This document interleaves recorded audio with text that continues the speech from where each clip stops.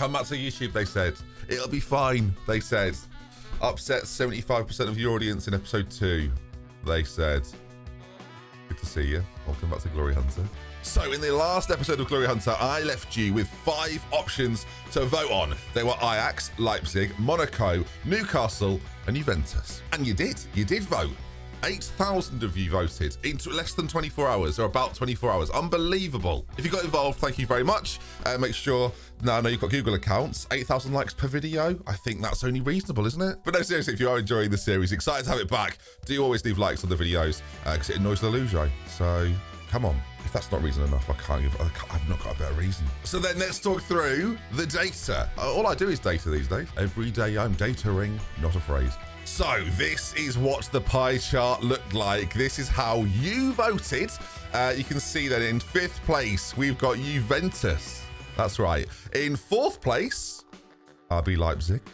In 3rd place, I get it right, Ajax, which leaves us then with 2 more options. They're the percentages then. And as you can see from the graph, it was very, very, very close.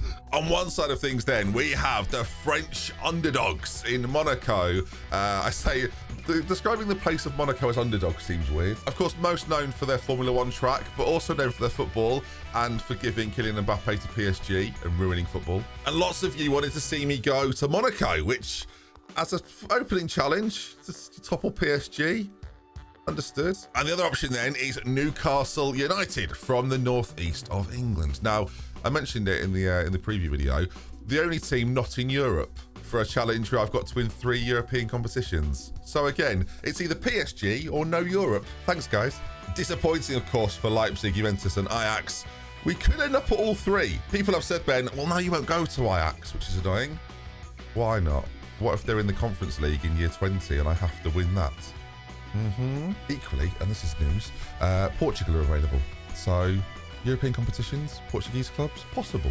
I also did Scotland. I don't know why. But let's get to the result then. Who are we managing in the first team with Glory Hunter? And again, I'm aware 75% of you didn't want this, but bear in mind in the Glory Hunter challenge, I've got to go everywhere. So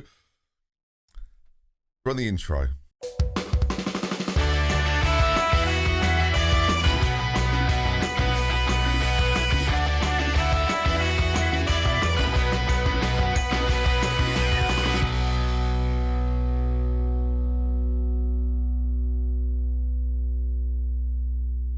And now you know then that team is Newcastle United.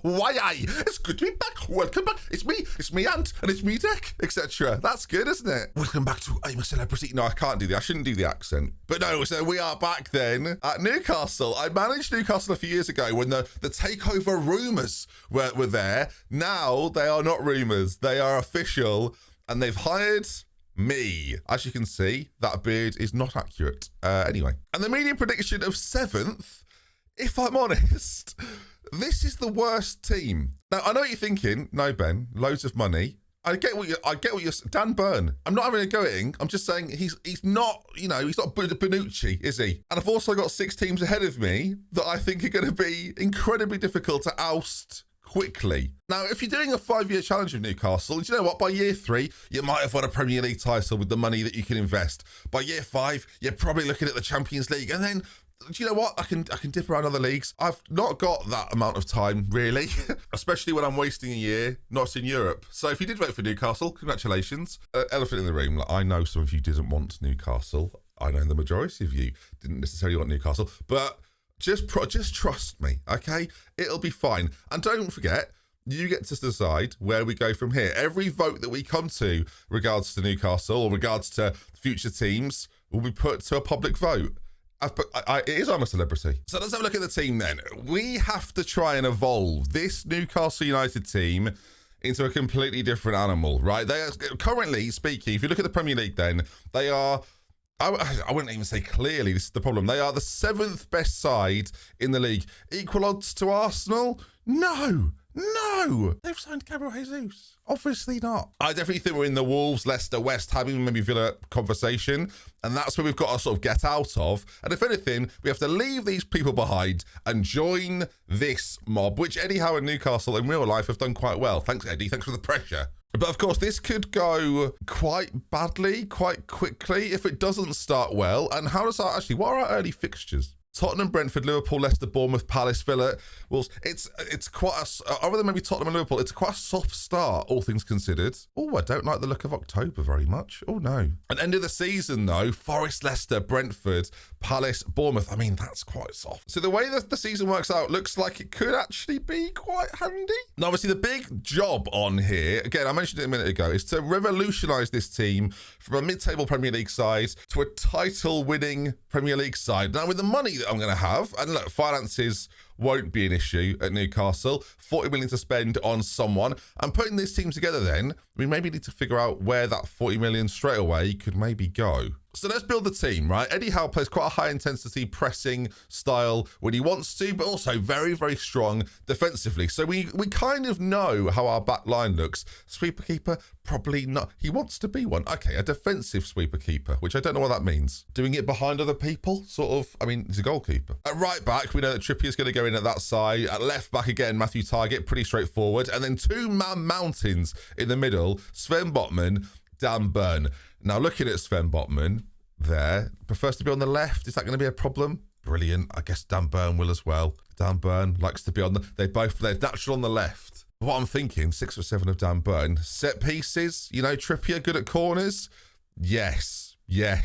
Okay, so it's already making quite a lot of sense. We're going to have to be very, very good from set pieces. And that back five, actually, I think is pretty good. I think there's a lot to work with there in that back five. And equally, in the position just in front of that, we know that Bruno Guimaraes is the jewel in this Newcastle-designed crown that I appear to be wearing. God, they're going to hate me in Newcastle. In front of them, and this may be where we look to improve the team slightly, not at the box-to-box midfielder spot. Joel Linton's got that for life. Unbelievably, we mentioned this in the preview, unbelievably good in the box-to-box role and can play, of course, in a numerous number of other positions too. But yeah, I really like Joel Linton in there. It's the position next to him that worries me a little bit. You can sort of see from that list of options, Longstaff, Shelvey, Willock, Almiron, right? Joe Willock is very good. Some actually just quite good. But has he got that star factor? Do you know what I mean? You know exactly what I mean. So there might be a world where that's the position where we try and aid things a little bit. The one advantage to not being in Europe is that the squad can remain pretty settled with lots of gaps in between games, and we're not going to be overawed by that. There's a World Cup in the middle of the season, isn't there? For the love of who decided that? But no, it should be fine. It should be. I'm relaxed about it. Clearly relaxed about it. So maybe Willock, but maybe somebody new.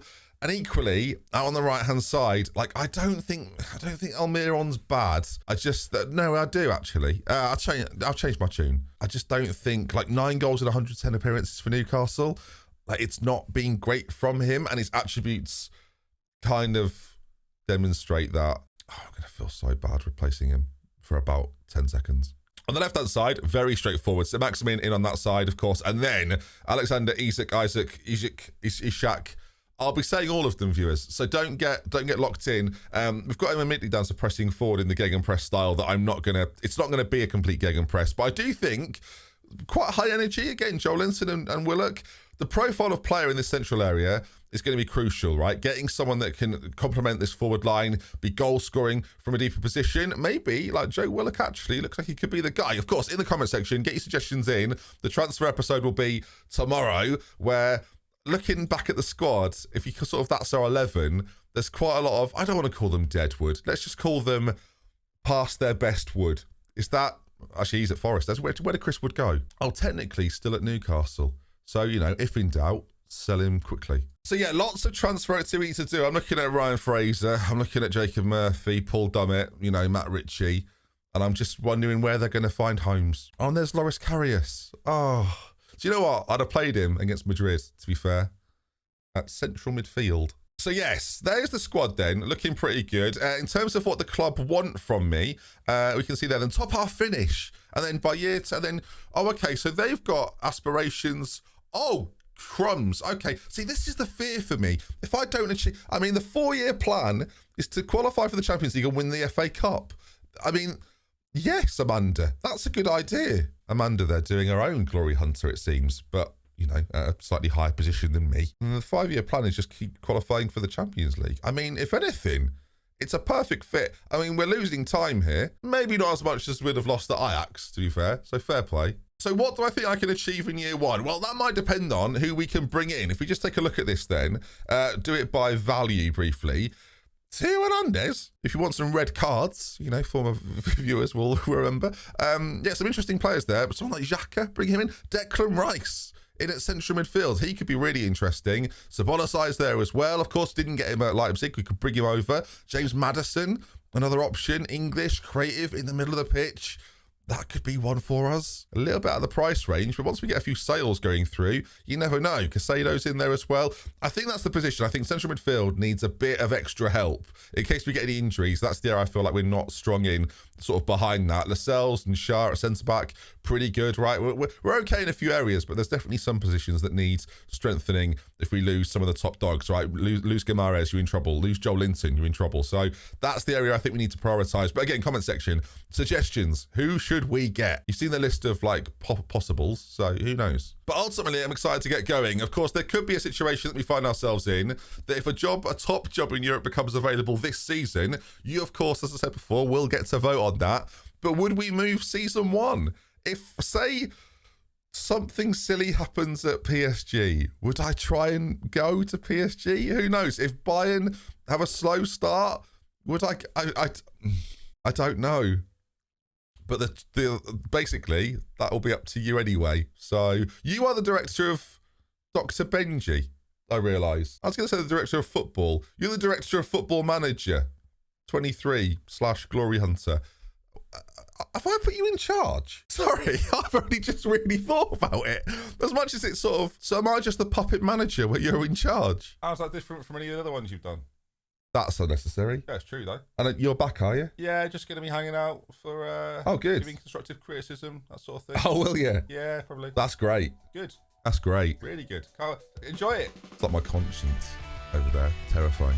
All right then, that's going to conclude today then. Of course, if you want to see more, make sure you're leaving likes on the videos, and we'll be back tomorrow at 5 p.m. for some more Glory Hunter. It's good to be back. I feel reinvigorated. I waited a long time to come back with a series, and hopefully you can feel the energy because I feel ready. Let's go. Come on, Glory Hunter 2023. Let's just do it. Let's just win it all. I've never won it all before. We've got to try and replicate the first one. That was pretty good, you know? And as mentioned before, if you're enjoying the series, enjoying the fact it's back, do leave a like on the video. I now know how many of you have Google accounts, remember, so don't let me down. And whether you're excited or not for the beginning being at Newcastle, just know Glory Hunter usually gets a bit weird. Take care, everybody. See you soon. Goodbye. Goodbye. And just before you go, don't forget Jack Space is happening over on DoctorBenjy Plays, where I take my GTA roleplay to the extreme. And of course, if you want to catch up on the live stuff that we do, follow me, twitch.tv/DoctorBenjy, or check out all the live stuff over on the other channel. Goodbye. We love with care, stay humble, stay handsome, and I'll see you again. We should bring that back, really. We should really bring that back.